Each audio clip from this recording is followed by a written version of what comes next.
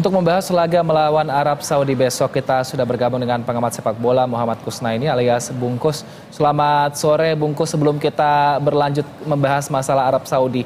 Tadi ini masih menjadi pro dan kontra mengenai permainan Indonesia melawan Jepang hari Jumat lalu. Erick Thohir bilang sudah maksimal. Kalau menurut Bungkus, apakah sudah maksimal kemarin permainan dari timnas Indonesia? Iya, kalau perjuangan para pemain di lapangan memang kita harus akui mereka sudah berusaha yang terbaik ya. Hasilnya yang tidak maksimal. Kita punya beberapa peluang di awal pertandingan yang kalau saja bisa kita manfaatkan mungkin akan berbeda hasilnya, hasil akhirnya ya. Tapi ternyata kita masih mengalami persoalan yang sama dengan di beberapa laga sebelumnya. Kita punya beberapa peluang tapi seringkali tidak bisa kita manfaatkan. Termasuk ketika pemain sudah berhadapan satu lawan satu dengan pemain terakhir ya.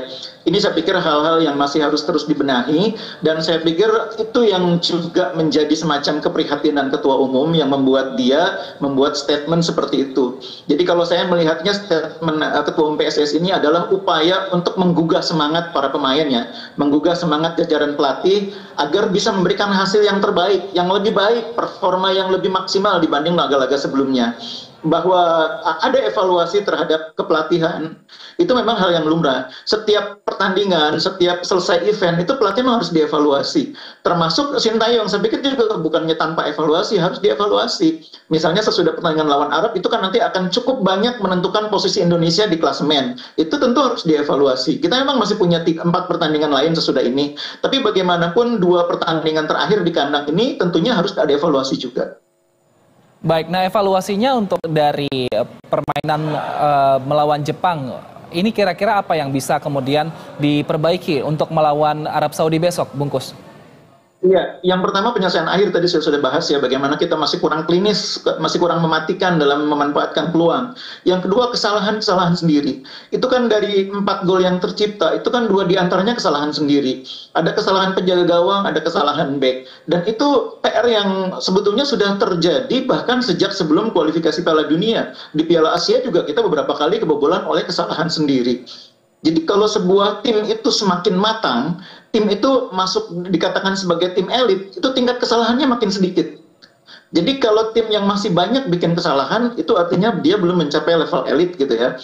Nah karena itulah pemain-pemain kita, timnas kita tentu harus terus berbenah, supaya semakin berkurang kesalahan yang dibuatnya, terutama kesalahan sendiri, sehingga pada satu titik nanti kita sudah bisa masuk kategori tim elit yang mampu bersaing di Asia, dan selanjutnya tentu ke Piala Dunia. Ini yang saya pikir masih merupakan jalan yang tampaknya cukup terjal harus dilewati, dan kita saat ini harus diakui belum sampai di level itu.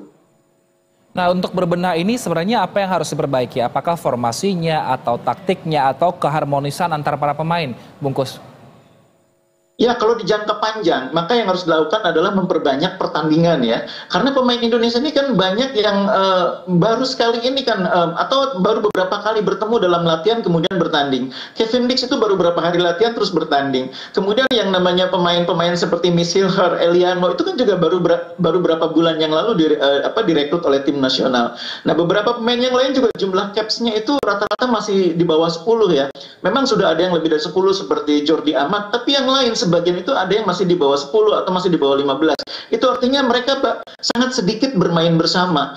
Dalam sepak bola, sebuah tim itu semakin sering bermain bersama, akan semakin baik kerjasamanya. Nah, semakin sedikit, semakin kurang kerjasamanya. Itulah yang terjadi pada kita. Kerjasama, saling pengertian, kekompakan, itu yang belum terbentuk. Itu di jangka panjang. Jadi harus diperbanyak pertandingan. Entah itu pertandingan resmi seperti ini maupun pertandingan uji coba.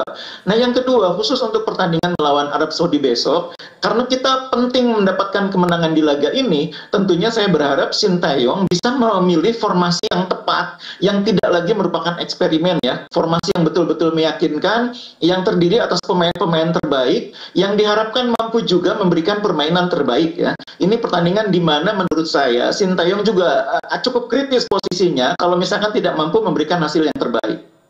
Nah, mengenai pemain yang tepat juga ini, sosok Eliano Reinders ini juga banyak sekali menjadi perbincangan karena 3 kali permainan dia tidak terjun ke lapangan. Menurut Anda seperti apa? Ya, pemain itu kan kadang-kadang dalam latihan itu memang kadang-kadang tidak terlihat optimal ya. Mungkin karena banyak faktor. Misalnya faktor jet lag atau faktor psikologis, misalnya ada situasi di mana dia tidak nyaman. Itu kadang-kadang dalam latihan tidak terlihat.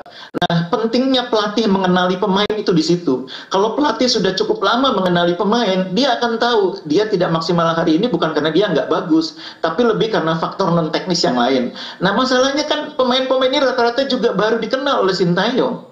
Eliano itu kan juga baru direkrut berbarengan dengan Miss. Mungkin Sintayong belum tahu betul kemampuan Eliano, walaupun dia sebetulnya pemain yang termasuk pemain reguler di klubnya, bermain di Liga Belanda.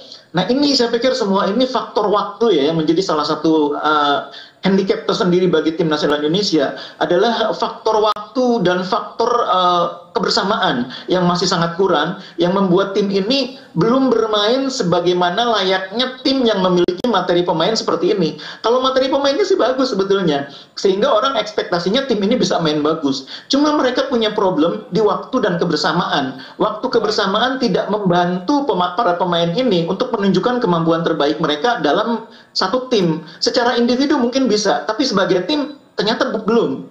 Baik.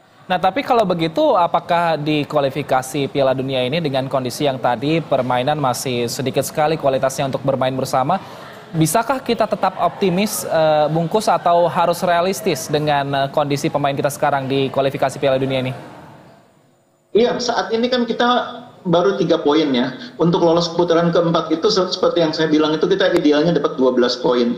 Artinya kita harus menang dalam 3 dari 5 sisa pertandingan yang kita punya. Dan 3 dari 5 itu kebetulan main di kandang. Lawan Arab Saudi, lawan Bahrain, lawan China. 2 away. Rasanya away sulit sekali bagi kita untuk meraih poin atau menang lawan Australia maupun lawan Jepang terutama.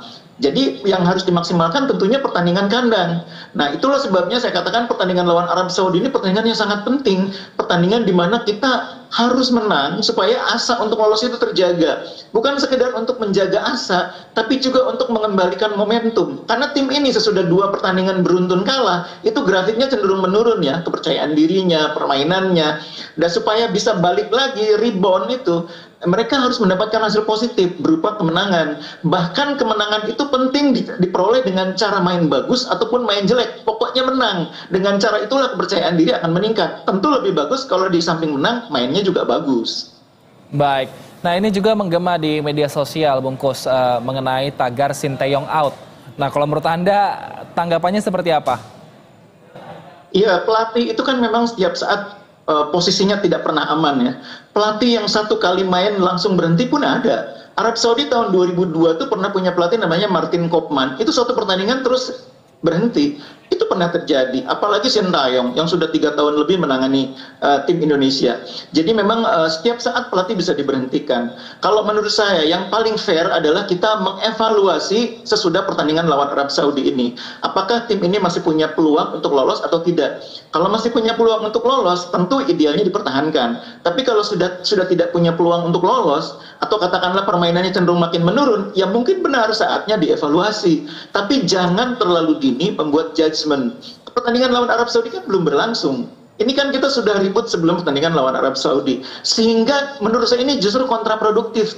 Ini saatnya justru kita memberikan dukungan kepada tim ya, kepada ofisial, kepada pelatih. Memberikan dukungan terbaik, kita berada di belakang mereka supaya pertandingan lawan Arab Saudi, tim berada dalam suasana psikologis yang bagus. Ini pertandingannya belum berlangsung, kita cenderung sudah memberikan dorongan supaya pelatih dipecat. Ini kan hal yang tidak positif. Bukan berarti pelatih tidak boleh diberhentikan. Pelatih itu setiap saat bisa diberhentikan. Tapi menurut saya yang paling realistis, yang paling ideal adalah memberi dukungan sebelum lawan Arab Saudi. Sesudah lawan Arab Saudi, baru kita membuat keputusan tentang masa depan pelatih. Itu kita bijak. Baik, jangan judging terlebih dahulu, dan kita harus tetap dukung selama masih pertandingan di kualifikasi ini ya. Terima kasih atas waktu dan juga informasinya pengamat sepak bola Muhammad Kusnaini atau Bungkus telah bergabung bersama kami. Sehat selalu, Bungkus.